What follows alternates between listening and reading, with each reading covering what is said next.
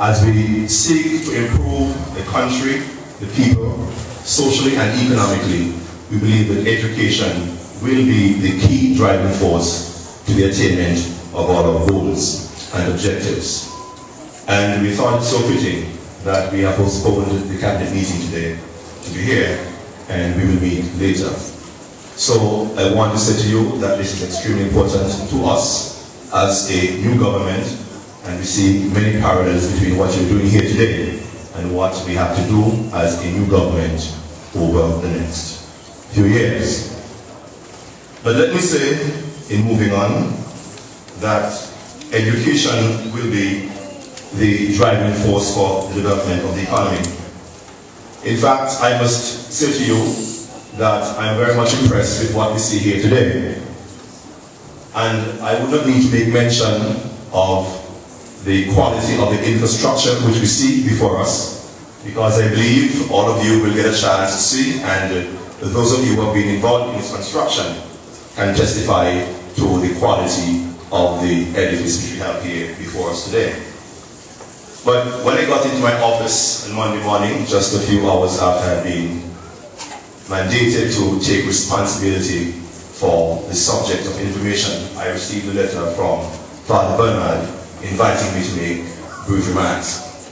And if Father Bernard's responsiveness is alacrity movement has any relevance to the way in which this school responds and will respond in the future to the needs of our children and the needs of the education sector, I think the school is in good hands and our children are well on their way. But let me, in continuing, say how humble I am to be given the opportunity to hold this critically important portfolio. It is a ministry which has been held by experienced and seasoned ministers of the government, firstly by the Honorable Rupert Herbert, a former minister and representative, Minister Dr. Harris, and the Honorable Sam Panda. And I deem it an honor, and I am humbled to be given the task to serve in this particular position.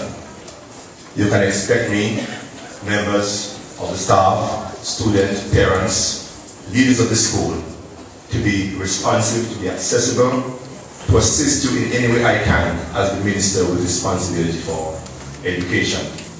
I do know that there has been a very active relationship, partnership between government and all private schools, and in particular this school, the Convent High School, and of course the St. Joseph Primary School. In fact, I recall when I was working at the Education Planning Division a couple of years ago, I was involved in a project that Mr. Pettier's Education Planner led, which made provisions for the expansion of learning spaces. And I do recall that this school was able to benefit from the World Bank program, where we were able to help with the recreation or the improvement of lab spaces here at the school. We will continue to have an active partnership with you, because we deem education, irrespective of private or public, to be the responsibility of the government, and we will work with you to achieve your goals and objectives. I am under no illusion as to the challenges which face us. As an educator myself, having taught at all levels in the education system, I am aware of the vagaries, the vicissitudes, the challenges of education. I know it is not easy to provide the appropriate learning spaces to ensure that our children get the very best chance of learning and doing well and finding their own spaces in life. And so I want to applaud all of those who have been part of the visioning.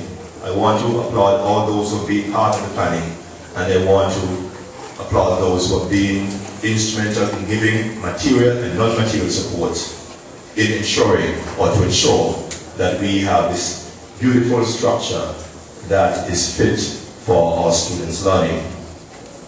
So in particular, we want to thank the leadership of the school, the Bernard, the principals, teachers, and I would also want to thank on behalf of the government, Dan and Carty and the entire family for the generous contribution that they have made, and I'm certain will continue to make, to the development of education in the Federation of St. Kitts and Nevis. Your contribution, Mr. Dingwas, is invaluable. We view your contribution as one that will help the people of St. Kitts and Nevis to achieve all the goals and objectives which we set out to achieve as a people and as government. I happened to be at church service yesterday, which was a remembrance service for Laurie Misadengwa, and I understand the central role which she played and the contribution which she made to the establishment of this school and to the Catholic fraternity in general. We are most grateful and we remember her even at this time. I am also aware that the establishment, Cattolic Crustada, is one in which Laurie had some responsibility in creating and managing. And we want to say how much we welcome you to our shores as investors and as partners in the overall general development of our people. And may I say to you that manufacturing is one of the critical pillars that we see for building the economy of St. Kitts and Nevis. And we are willing and ready to work with you and other partners throughout the world so that we, as citizens of this country, can have a better life for us all. I just want to say that from my own links with education, my own history in education, I understand how critical and how important a role you, who administer the school, will have. And I just want to say generally how much we appreciate the work that teachers everywhere and school administrators everywhere are doing.